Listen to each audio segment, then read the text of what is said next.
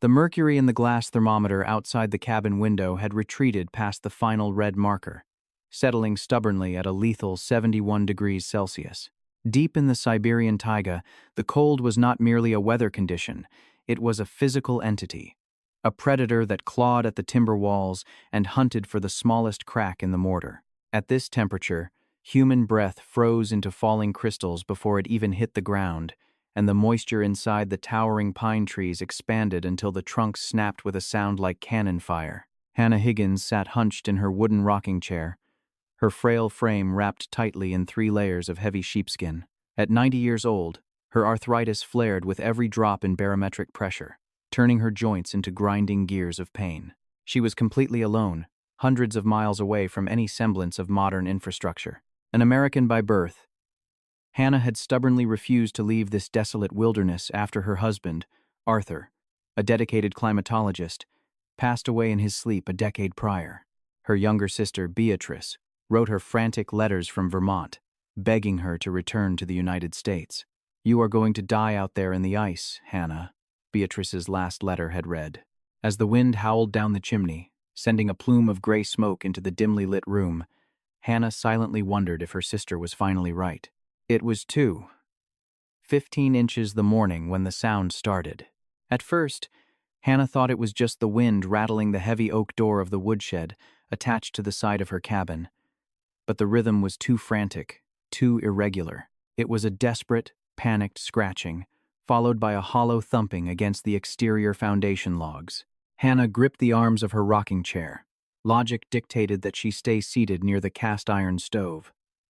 Going outside in 71 degrees Celsius at her age, even for a few minutes, was gambling with her life.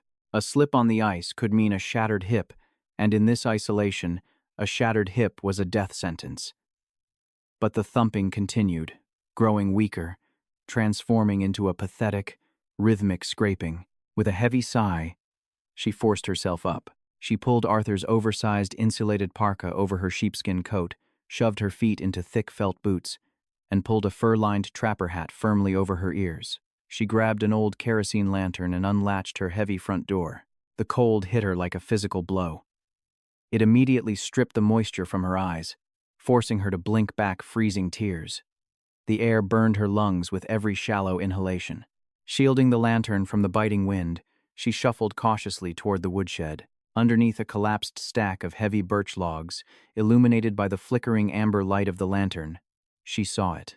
A mother rabbit, a large European hare that must have built a warren close to the radiant heat of the cabin's foundation, was pinned. A massive, frozen birch log had rolled off the pile, trapping the animal's hind leg. The mother was exhausted, her fur matted with frozen blood, her chest heaving rapidly. But it was what lay beneath the mother that made Hannah's heart drop. Tucked desperately into a shallow scrape in the frozen earth were 5 tiny, hairless kits. They were blind, pink, and practically motionless, their fragile bodies succumbing rapidly to the catastrophic freeze. The mother had been desperately trying to dig them deeper into the permafrost, sacrificing her own body heat to shield them from the wind. "Oh, you poor brave thing," Hannah whispered, her voice immediately swallowed by the howling wind. Ignoring the screaming pain in her back, the 90-year-old woman dropped to her knees. She set the lantern down and grabbed the heavy birch log. It was frozen solid to the ground. Hannah dug her thick mittens under the bark, closed her eyes, and pulled with a strength she didn't know she still possessed. Her shoulders popped, and a sharp, tearing pain shot down her spine. But the log shifted. With a final, agonizing heave, she rolled it off the mother. The rabbit didn't run. She couldn't. Her back leg was severely mangled, and she collapsed over her freezing babies. Hannah knew she had seconds before the cold paralyzed her own hands.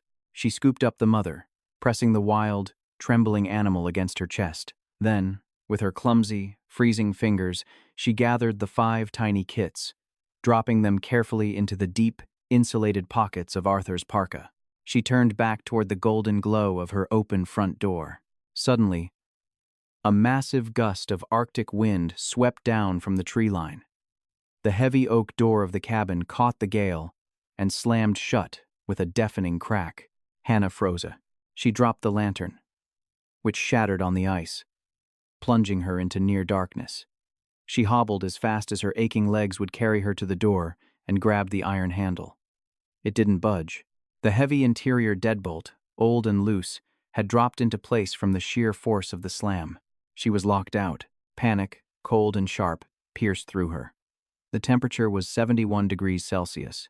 At her age, she had perhaps 5 minutes before hypothermia rendered her unconscious, and 10 before her heart stopped entirely. She pounded on the thick wood with her fists, a futile, desperate gesture. She checked her pockets, feeling the tiny, shivering bodies of the rabbit kits, but there was no spare key. She had never needed one. Her extremities were already going numb. The edges of her vision began to blur, taking on a gray, hazy quality. She leaned against the door. The injured mother rabbit still clutched tightly to her chest. "Is this how it ends?" she thought. "Arthur, I'm so sorry." But as she closed her eyes, she felt the frantic, panicked heartbeat of the mother rabbit against her sternum. The animal was fighting to live. The kits in her pocket were fighting to live. A sudden, fierce surge of adrenaline, fueled by pure, stubborn defiance, flooded Hannah's veins. She was not going to die out here, and neither were they. She remembered the woodshed. Arthur used to keep a heavy iron-splitting maul leaning against the chopping block. Hannah forced her legs to move. It felt like she was wading through wet cement. Her boots slipped on the ice, and she fell hard onto her knees, tearing the fabric of her pants and scraping her skin against the jagged permafrost. She bit her lip until it bled to stay conscious, forcing herself to crawl the remaining few feet into the shed. Her numb, ungloved fingers, she had lost a mitten in the fall, fumbled in the dark until they wrapped around the freezing, rusted handle of the iron maul. Dragging it behind her, she returned to the front of the cabin. She aimed for the small, reinforced window beside the door. Lifting the heavy iron tool was pure agony. Her muscles screamed, and her chest felt like it was wrapped in barbed wire. She swung the maul. Clang. It deflected off the thick, double-paned glass, the recoil sending shockwaves up her fragile arms. She was so weak. The mother rabbit squirmed against her coat. "One more," Hannah gasped to the empty night. "Just one more." She adjusted her grip, planted her boots firmly on the ice, and swung with every ounce of kinetic energy left in her 90-year-old body. The iron maul struck the center of the pane. The glass shattered inward with a loud crash, spraying jagged shards across the cabin floor. Hannah didn't hesitate. She dropped the maul, cleared the remaining shards from the lower frame with her bleeding elbow, and hoisted herself up. The physical toll was brutal. Jagged edges of remaining glass tore through her parka and sliced into her thigh as she squeezed through the narrow opening, tumbling headfirst onto the braided rug inside her living room. She lay there for a moment, gasping for air. The cabin was warm, but the deadly Arctic air was already pouring in through the shattered window, dropping the room's temperature by the second. Ignoring the blood dripping down her leg, Hannah forced herself to stand. She rushed to the heavy oak table, ripped off the thick wool blanket that covered it, and dragged a heavy wooden dresser in front of the window, wedging the blanket tightly against the broken frame to seal the breach. The wind howled against the makeshift barrier, but the seal held. Exhausted, trembling violently from the adrenaline and the cold, Hannah collapsed into her rocking chair near the stove. She unzipped her parka. Slowly, carefully, she pulled the mother rabbit out. The creature was terrified but alive. Hannah then reached into her pockets and pulled out the 5 tiny kits. They were ice cold, their skin a pale, ghostly blue. "Don't you give up on me," Hannah whispered. She sprang into a practiced, frantic routine. She filled a rubber hot water bottle from the kettle simmering on the stove, wrapping it in a soft flannel shirt to prevent burning their fragile skin. She created a small, deep nest in a sturdy wicker basket, placing the heating pad at the bottom. She gently laid the 5 lifeless kits onto the warmth. Next, she turned to the mother. Using strips of an old cotton sheet and 2 wooden popsicle sticks she kept in her kitchen drawer, Hannah carefully splinted the rabbit's shattered leg. The mother kicked and bit, her sharp teeth sinking into the fleshy part of Hannah's thumb, but the old woman didn't flinch. "I know it hurts," Hannah murmured soothingly, tying the final bandage. "I know." She placed the mother into the basket with her babies. At first, The mother lay exhausted, her eyes half closed.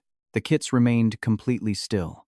Hannah pulled her rocking chair close to the stove, wrapped her bleeding hand in a towel, and kept a vigil over the basket. The pain in her torn shoulder and sliced leg throbbed relentlessly, but she refused to sleep. If she closed her eyes, she feared the cold would somehow seep in and take them all. Hours bled away. The storm outside raged, violently shaking the timbers of the cabin. Just as the first pale, gray light of morning began to filter through the frost-covered windows, Hannah heard a sound. It was a tiny, high-pitched squeak. She leaned forward, her stiff joints cracking. Inside the basket, the mother rabbit had shifted. Beneath her warm, fur-lined belly, the 5 tiny kits were squirming. Their color had returned from a deathly blue to a healthy, vibrant pink. They were blindly nudging against their mother, rooting for milk. Hannah sank back into her chair, a profound, weary smile spreading across her weathered face. Her body was battered, bruised, and bleeding. Her window was smashed, and her muscles felt as though they had been beaten with hammers. But as she watched the mother rabbit gently nudge her nursing babies, the brutal, unforgiving silence of the Siberian taiga felt a little less lonely. She looked over at the framed photograph of Arthur sitting on the mantelpiece. "We're still here, old man," Hannah whispered to the empty room, the warmth of the stove finally settling deep into her bones. "We're still here."